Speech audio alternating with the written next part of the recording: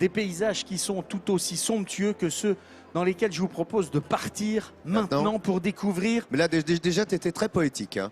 Tu m'as touché parce que vraiment, j'ai envie d'y aller en Auvergne. Quand je t'écoute comme ça... On va l'être encore plus. Ah, on bien. va partir dans un paysage où au milieu coule une rivière. Ça, c'est souvent le cas. Bravo, Robert. Et la Truyère va nous accueillir. La Truyère, elle prend sa source en Lozère. Elle coule comme ça dans le Cantal, dans l'Aveyron. Elle se retrouve dans le Lot.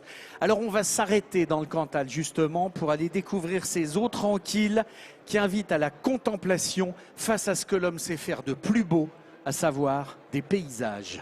Les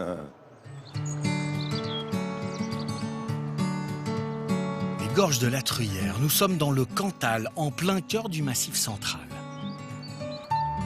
Sur des kilomètres, l'eau a façonné ce paysage extraordinaire, l'un des plus beaux de France. Une succession d'îlots de verdure attire les amoureux de la nature ici.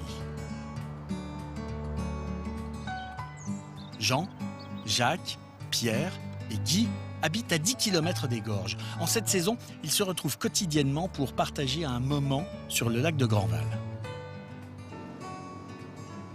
Nous sommes dans les gorges de la Truyère, sur le lac de Garabi-Grandval.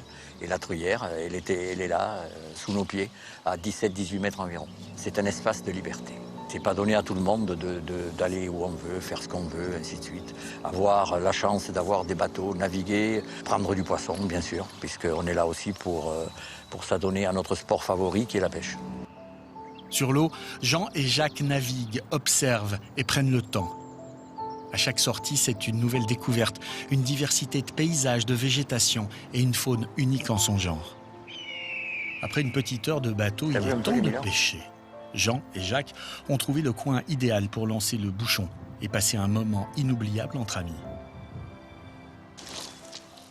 Ah là là, que c'est dommage.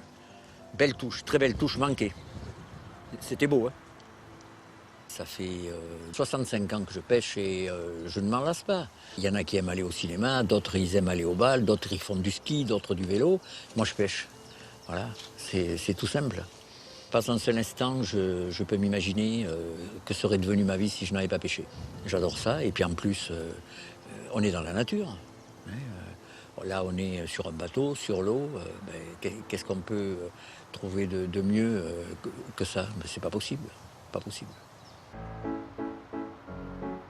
Même si le poisson n'est pas au rendez-vous, cela n'empêche pas nos pêcheurs de retrouver plus loin Pierre et Guy pour casser la croûte. Un rituel pour ses amis de longue date.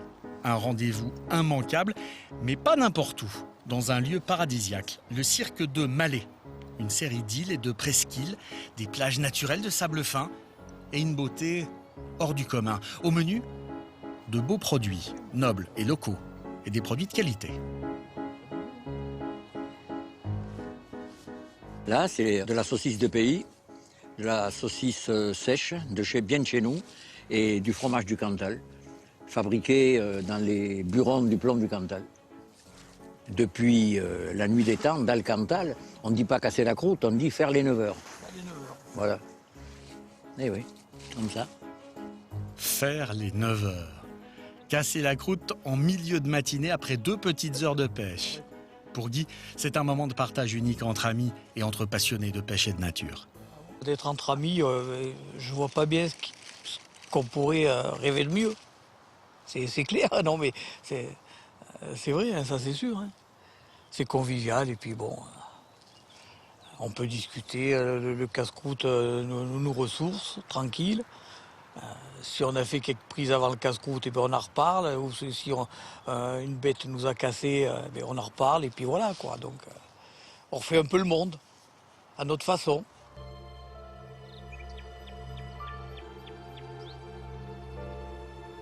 Le Cantal est une terre sauvage et préservée qui offre des panoramas époustouflants. Dis donc, tu sais quoi, j'ai envie d'y être, moi, là. Bah tiens, on y va? Qu'est-ce que j'aime ça, là, l'étang, la pêche, le Cantal, le petit saucisson, mais franchement, c'est magnifique, les images que tu viens de montrer. Ça fait partie des plus beaux paysages qui soient en France et ça fait partie de cet aménagement du territoire si important qu'on découvre partout dans les petits recoins parce que tout cela, c'est l'homme qui le fabrique et il ne faut jamais l'oublier, les paysans sont ceux qui fabriquent les paysages. Absolument, si l'on appelle ça la nature, quand l'homme n'y a pas mis la main. Regardez, on vient visiter.